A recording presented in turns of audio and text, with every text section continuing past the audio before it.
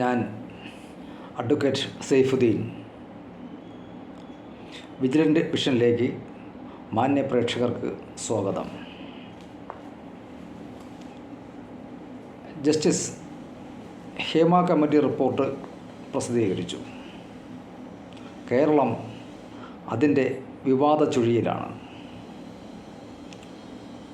2017 cinema രംഗത്ത് നിൽക്കുന്ന സ്ത്രീകളുടെ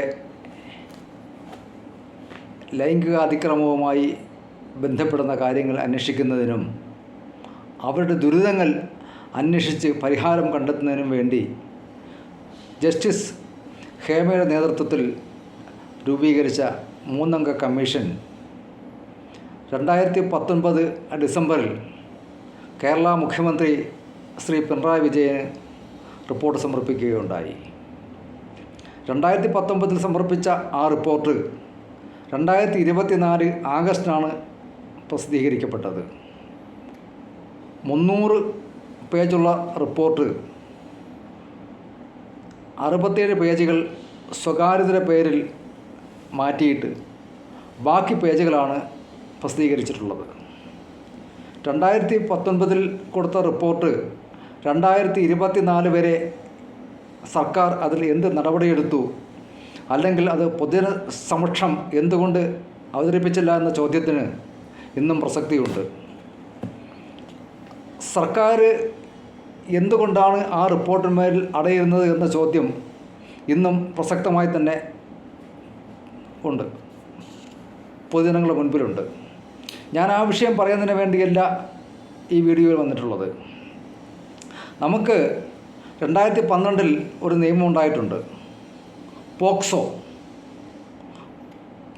protection of children from sexual offence act എന്ന് പറയുന്ന നിയമത്തിൽ പല വ്യവസ്ഥകളുമുണ്ട്.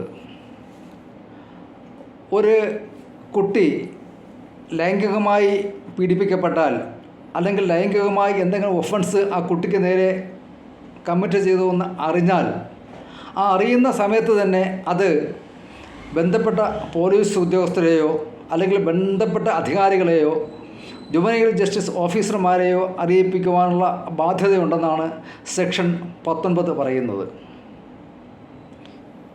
അതുപോലെ തന്നെ ഒരു ഒഫൻസ് നടന്നു, ആ വിവരം നമ്മൾ ബന്ധപ്പെട്ട അധികാരികളെ അറിയിച്ചില്ലെങ്കിൽ വീണ്ടും ആ ഒഫൻസ് കമ്മിറ്റ് ചെയ്യുവാനുള്ള സാധ്യതയുണ്ടെങ്കിൽ അബറ്റ്മെൻ്റായിട്ട് കണക്കാക്കി ആ ഒഫൻസ് നമ്മൾ അറിയിപ്പിക്കണം. അത് അറിയിക്കാത്തിടത്തോളം കാലം അത് അബറ്റ്മെൻ്റായിട്ട് കണക്കാക്കാമെന്ന് സെക്ഷൻ 16 പറയുന്നുണ്ട്. ഈ 19 അനുസരിച്ച് എത്രയും പെട്ടെന്ന് ഈ ഒഫൻസ് റിപ്പോർട്ട് ചെയ്യണമെന്നുള്ളതാണ്. അത് റിപ്പോർട്ട് ചെയ്തില്ലെങ്കിൽ സെക്ഷൻ 21 അനുസരിച്ച് അതിനുള്ള ശിക്ഷയും അതിനുള്ള കാര്യങ്ങളുമെല്ലാം സെക്ഷൻ 21 വ്യക്തമായി പ്രതിപാദിക്കുന്നുണ്ട്. എൻ്റെ ചോദ്യമെന്ന് പറയുന്നത്, ഒരു ക്രിമിനൽ കേസിൽ എപ്പോഴും സർക്കാരാണ് വാദിഭാഗമായി വരുന്നത്. ആ വാദിഭാഗമായി വരുന്ന സർക്കാർ ഇത്തരം ഒരു ഒഫൻസ് അതിനകത്ത് പരാമർശിച്ചിട്ടുണ്ടെങ്കിൽ, ജസ്റ്റിസ് ഹേമ കമ്മീഷൻ റിപ്പോർട്ടിൽ പരാമർശിച്ചിട്ടുണ്ടെങ്കിൽ, ആ കാര്യങ്ങൾ എന്തുകൊണ്ട് ബന്ധപ്പെട്ട അധികാരികളെ അറിയിച്ച് അവരെ നിയമത്തിന് മുമ്പിൽ കൊണ്ടുവന്നില്ല എന്നുള്ള ക്വസ്റ്റ്യൻ ഇവിടെ വളരെ പ്രസക്തമാണ്. അതങ്ങനെ ഇല്ലെങ്കിൽ, അങ്ങനെ ചെയ്തില്ലെങ്കിൽ സാധാരണ കേസുകളിൽ, ക്രിമിനൽ കേസുകളിൽ വാദിയായിട്ട് വരേണ്ട സർക്കാർ ഈ കേസുകൾ പ്രതിയായിട്ട് വരുന്ന ഒരു ദുര്യോഗം ഉണ്ടാകാൻ പോവുകയാണ്. ഇത് വലിയൊരു നിയമയുദ്ധത്തിലേക്കാണ് പോകുന്നത്. സെക്ഷൻ 19 അനുസരിച്ച് അറിയിപ്പിക്കേണ്ട ബാധ്യത ആരാണോ അറിഞ്ഞത് ആ ബാധ്യത അറിഞ്ഞവർക്കാണ്. ഹേമ കമ്മിറ്റി റിപ്പോർട്ട് 2019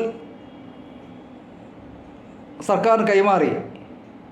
അപ്പോൾ അവർ ഈ വിഷയം ചർച്ച ചെയ്യുകയും അവർ ഈ വിഷയം അറിയുകയും ചെയ്തിട്ടുണ്ടെങ്കിൽ ഇത്തരം വിഷയങ്ങൾക്ക് വേണ്ടി എന്തുകൊണ്ട് അവർ ബന്ധപ്പെട്ട അധികാരികളെ അറിയിപ്പിക്കുവാൻ വൈകി എന്നത് സെക്ഷൻ 21 അനുസരിച്ച് വലിയൊരു ഒഫൻസാണ്.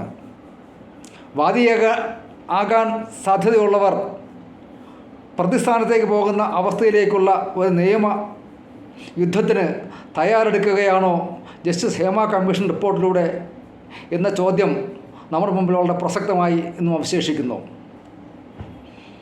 എന്തായിരുന്നാലും ജസ്റ്റിസ് ഹേമ കമ്മീഷൻ റിപ്പോർട്ടിനെക്കുറിച്ച് വളരെ ഗൗരവപൂർവ്വം ചർച്ച ചെയ്യുകയും കുറ്റക്കാർ ആരാണോ അവർക്കെതിരെ സത്വര